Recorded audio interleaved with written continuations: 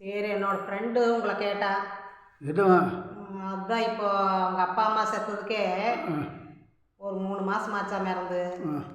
அவங்க அப்பா ஒரு 6 மாதத்துக்கு முன்னால் இறந்துட்டாரு. சரி. மறுபடியும் அவங்க அம்மா 3 மாதத்துக்கு முன்னால் தான் இறந்துருக்காரு. சரி. அது போகலையாமா.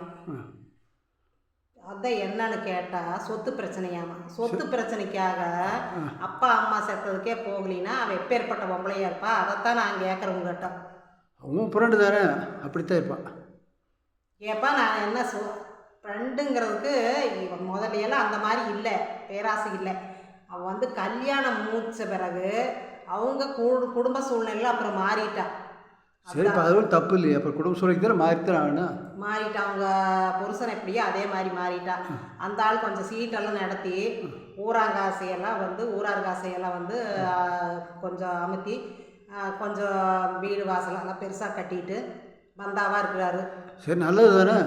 ஆமாம். அடுத்தவங்க பத்திரம் ஏதாச்சும் வச்சுட்டாங்கன்னு வைங்க, வீட்டு பத்திரமோ காட்டு பத்திரமோ ஏதோ கொண்டு வந்து ஏதோ கஷ்டத்துக்கு வேலையை வச்சாங்கன்னா அது தரேன்ட்டு இழுத்தடிச்சு கடைசியில் அவங்களே முடிச்சிடுற மாதிரி பார்த்துக்கிறாங்க. எப்படி நல்ல காரியத்தான் பண்ணிட்டு இருக்காரு. ஆமாம், அந்த மாதிரி ஆள்.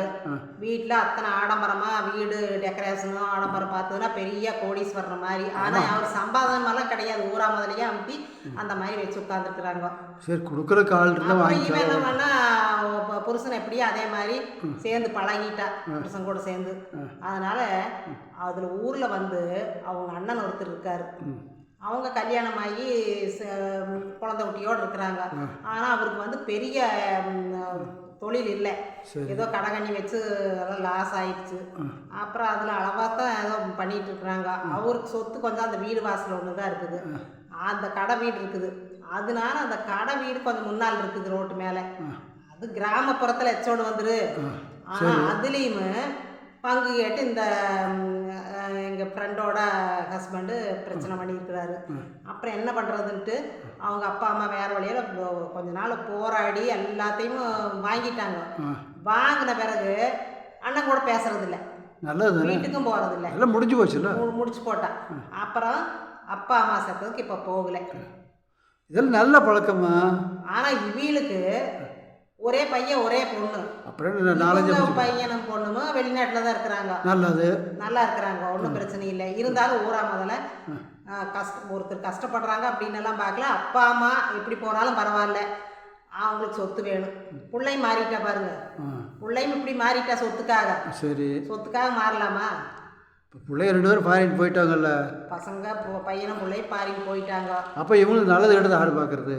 அதுதான் இவங்களுக்கு வீடு வாசல் சொத்து இருக்குதுன்ட்டு இப்படி உட்காந்துருக்காருங்க ஜம்முன்னு. உனக்கு ஏதாவது பணம் வேணும்னா போய் நீ நல்லது கெட்டதெல்லாம் போய் பார்த்துட்டு வா, கூப்பிட்டு ஃப்ரெண்டாச்சு. நான் அப்படியே அதெல்லாம் போகிறது எப்பாவது பேசிக்குவோம், அவ்வளோதான். பார்த்து இப்போ இந்த மாதிரி பிரச்சனை ஊருக்கு போனியான்னு கேட்டதுக்கு போகலேன்னா.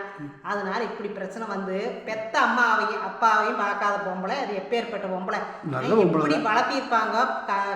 படிக்க வச்சு கல்யாணம் பண்ணி வேலை வாங்கி கொடுத்து இத்தனையும் பண்ணி அப்புறம் பார்த்ததுன்னா ஒரு வாய் சோறு போடலினாலும் துறை செத்தளவுக்காக போயிட்டு வரணுமே. பேச்சுவார்த்தையே இல்லை 10 வருஷம். அவங்களுக்குள்ள என்ன நடந்தாலும் எனக்கு என்ன மாதிரி சொத்து பிரச்சனை எல்லாமே சொத்து பிரச்சனை தான், வேற பெரிய சொத்தும் இல்லை, சின்ன சொத்துக்கே. இவங்க நல்லா வசதியாகவும் இருக்கிறாங்க.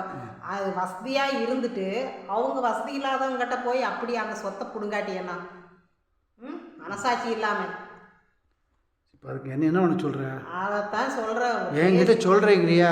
ஆமாம், உங்கள்கிட்ட சொன்னாப்பா. வாயை வச்சு கம்முன்னு இருக்க, ஏதோ ஒன்று பேசணுன்ட்டு இருந்தது, பேசிட்டேன். போதுமா? சரி.